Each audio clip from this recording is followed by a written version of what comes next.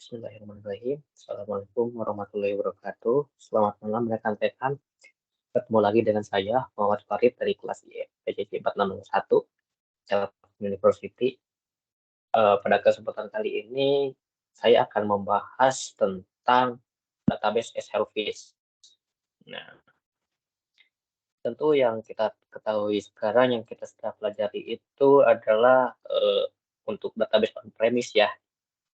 Jadi database-nya itu diinstal di server, terus kita config, kita tambahkan keamanan dengan sedemikian rupa, pokoknya kontrolnya itu full ada di kita. Selain database on-premise, ternyata ada juga database as service. Nah, apa itu database as service dan apa bedanya, apa keunggulannya, kita bahas sekarang.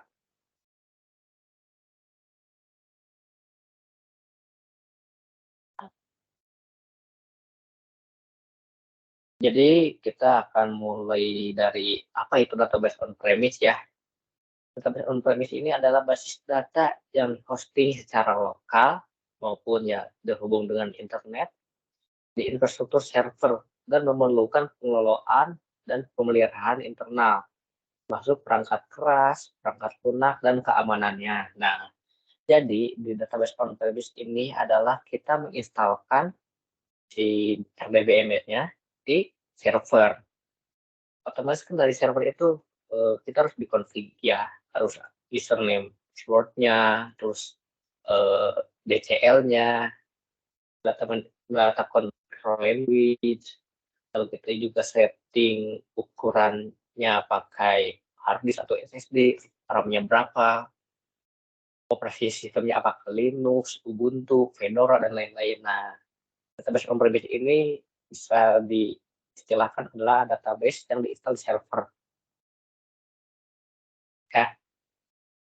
Lalu, database as service ini adalah layanan basis data yang disediakan melalui cloud ya, atau serverless, melalui pengelolaan infrastruktur, perangkat lunak, dan keamanannya telah ditangani oleh penyedia layanan database itu.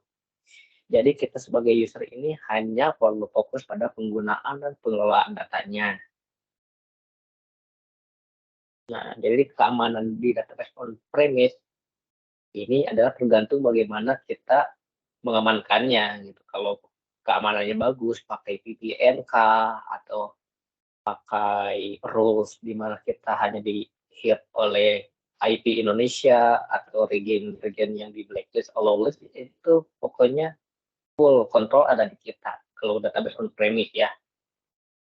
Kenapa keamanannya tinggi? Karena kita bisa mengamankannya dengan cara kita sendiri, disimpan juga secara lokal dan diatur secara penuh oleh user. Akses terhadap data tersebut juga dapat dikendalikan dengan ketat dan perusahaan memiliki kendali penuh terhadap kebijakan keamanan ya, seperti yang tadi disebutkan. Nah, tapi kalau database as service ini kuat juga, memang kuat. Itu tergantung siapa yang menyediakannya. Namun ya karena service itu ya kita nggak tahu kan bagaimana penyedia tersebut mengamankan datanya. Jadi ya bisa saja terjadi serangan cyber dan kebocoran data. Jadi database on-premise ini memerlukan investasi yang cukup besar ya untuk infrastruktur awal dan juga pemeliharaan seperti hard disk, RAM, rack server, lalu juga nyawa bandwidth dan lain-lain gitu kan. Namun keunggulannya itu bisa kontrol penuh atas sumber daya yang dimiliki, bisa optimalkan performa dan mengatur kebutuhan sesuai dengan kebutuhan bisnis. Nah, kalau dari database as service ini keunggulannya adalah efisiensi, di mana bisa menghilangkan kebutuhan akan investasi awal dan pemeliharaan. Ya, jadi kita cukup menggunakan resource yang ada sesuai dengan paket yang disediakan oleh penyedia tersebut. Skalabilitas dan elastisitas yang tinggi ini memungkinkan perusahaan untuk mengatur sumber dayanya sesuai kebutuhan dan meningkatkan efisiensi operasional. Jadi untuk urusan backup, untuk urusan keamanan itu disediakan oleh penyedia layanan. Jadi kita cukup hanya menggunakannya. Database on-premise ini menawarkan keamanan yang lebih tinggi dan kontrol penuh yang lebih fleksibel ya. Ya, tapi memerlukan investasi yang besar, juga pemeliharaan juga yang tidak sedikit ya. Tapi sementara itu, database as service menyediakan efisiensi operasional dan skalabilitas. Tetapi ya keamanannya juga menjadi concern ya.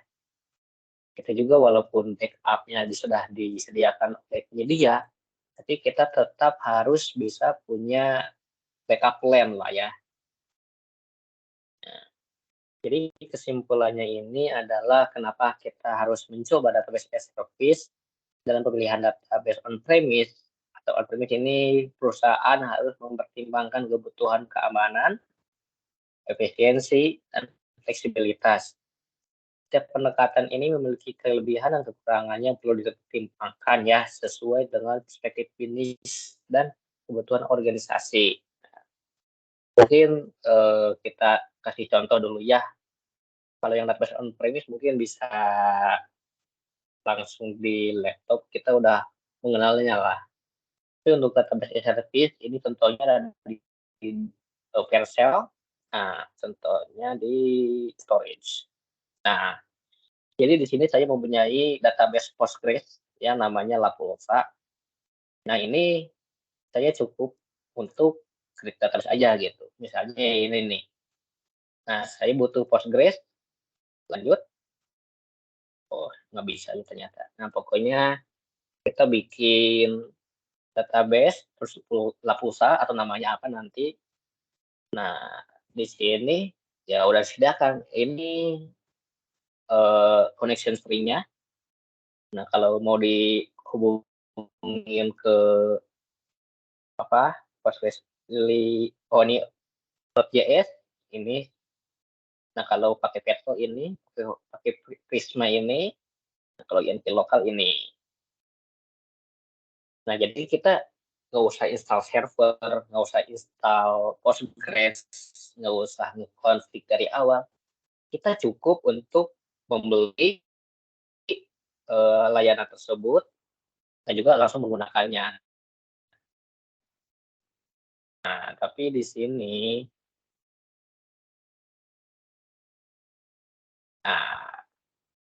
dibatasi gitu. Misalnya kalau melebihi dari limit 256 MB, maka kita harus dicas lebih. Lalu ini juga CPU yang digunakan. Kalau lebih dari 60 jam, maka akan berhenti layanan tersebut. Jadi kita harus mengupgrade layanan subscribe-nya, data transfer dan sebagainya. Jadi kita cukup buka seperti admin ya. Ini database editornya. Kita coba hubungkan dengan server yang sudah dipakai ya, dibuat di layanan milik Vercel ini.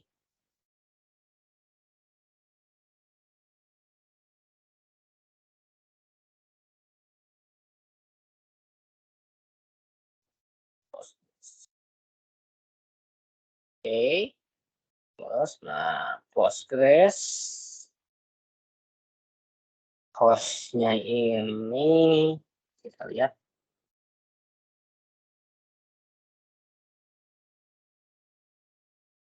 Nah, ini hostnya ya. Oke.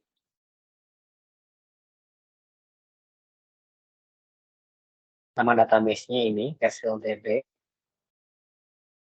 Username-nya default. Ini password.